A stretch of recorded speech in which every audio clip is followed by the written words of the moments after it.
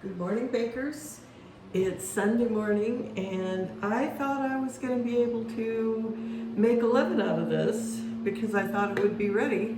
It had risen so well, but I even fed it last night, and it has not grown well. Let me get my water because I want to show you that it sinks. And that's how you know that it's not ready, is when it sinks to the bottom of the jar. Now, watch, it'll float. Anyway, we're on day 7. This is 7. 7 of making our starter.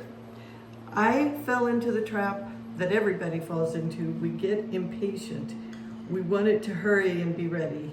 And it's just not. As you can see, I just take a very small bit on the tip of my teaspoon just to see if it will float, and it doesn't. It sinks straight down to the bottom of the measuring cup.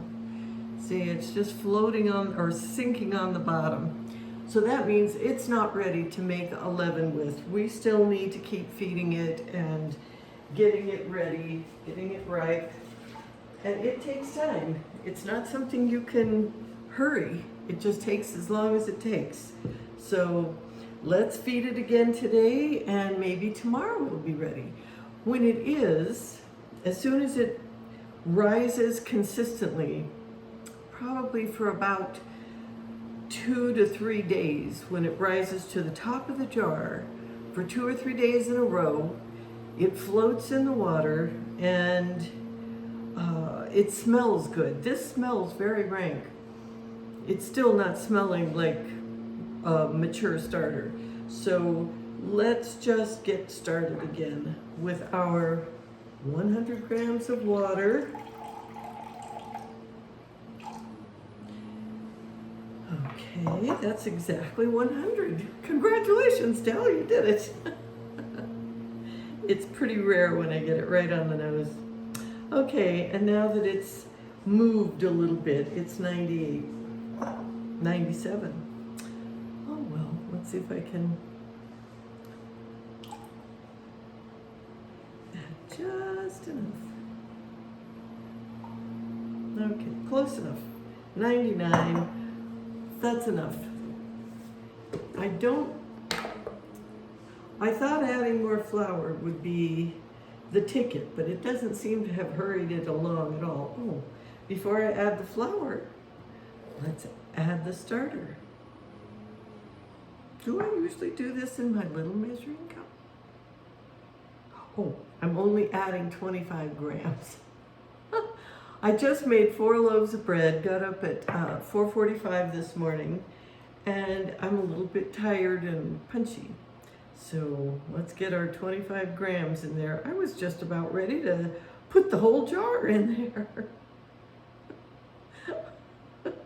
I would have had to start this video over again. Okay, 25 grams. I'm gonna just add that last little dollop, which takes it up to 28, which is fine.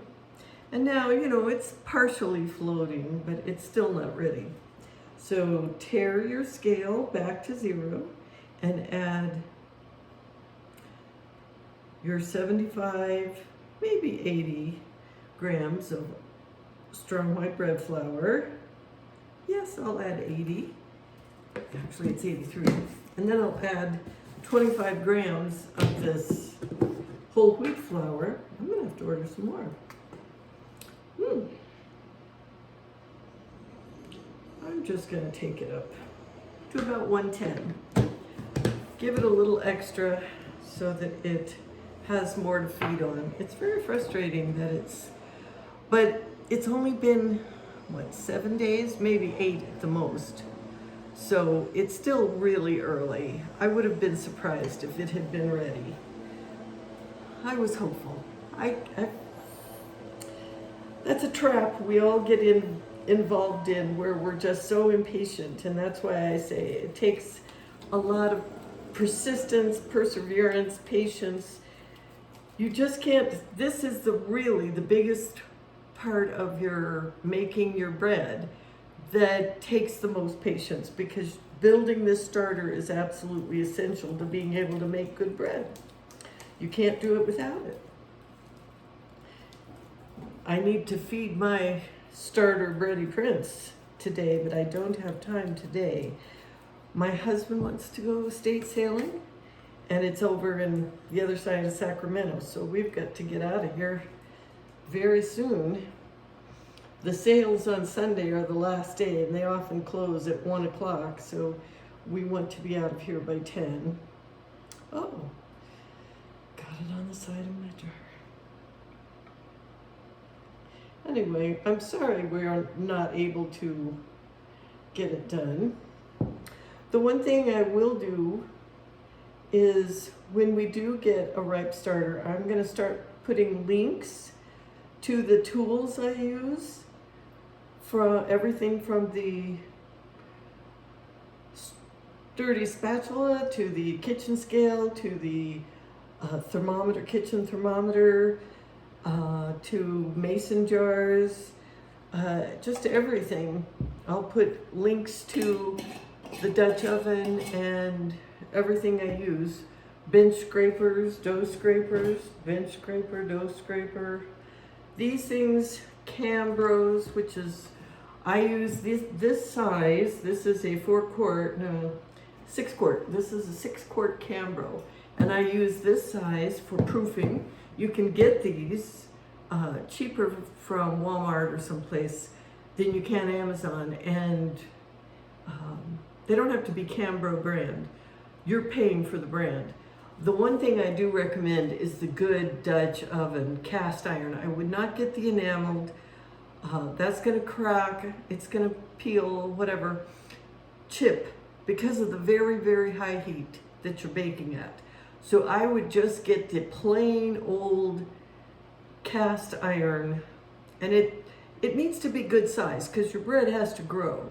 So I would get I have a Lodge with a lid, but you can also, they have Amazon Basics. I think they're probably all the same. I really don't know, but you need non-iodized salt.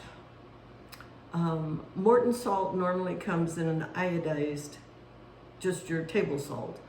So you have to look specifically for salt that does not have iodine in it. It's just kind of the same thing as taking the chlorine out of my water. You want to make everything as pure as possible, not to kill your yeast, because you want it to grow and not die off. I was asked again why we have to discard yesterday's starter, and it's not good for anything. You can't do anything with it. And if you just keep feeding it, then you're going to have a massive amount. You're going to have gallons by the time you get a ripe starter. And it'll never get ripe if you just keep feeding the old stuff. So you just take 25 grams of this until we get a ripe starter in, I'd say 3 or 4 days, we'll have a ripe starter. Then you're gonna take 25 grams out of the starter, use that to make a leaven, and you're gonna put this in your fridge, and you're gonna use this from now on whenever you need to bake. And since we make a leaven of 225 grams to make our bread, and you can take 25 grams of ripe leaven and put it in your starter, you'll be replenishing it. You'll also need to feed it. So that's why I use a bigger jar for my starter, because now I have quite a lot of starter and I use it. Last week I made 10 loaves of bread. So it gets used, it gets fed, but this stuff just has to go. It really isn't useful. It's not useful, and you have to just discard it. This is the only discard, what we're using each day and taking out 25 grams the next day. This stuff is the only discard I ever have. After that, I have no discard. So please, trust me when I say, dump it. It's no good. Anyway, that's all for today. I had hoped to make a leaven, but not today, maybe tomorrow. You just can't tell with bread, with sourdough. It's ready when it's ready, and you can't hurry. You just can't hurry. That's the biggest mistake I ever made, was trying to rush. And I had miserable results over and over and over again. So just let it get ripe, be patient, keep feeding it day by day. It will get there. This took 5 minutes or less to feed it. It takes a couple of minutes to wash my jar and measuring cup. That's it. Do it in the morning before you go to work, or do it in the evening before you go to bed, but just keep feeding it. All right, have a great Sunday, everybody, and happy baking.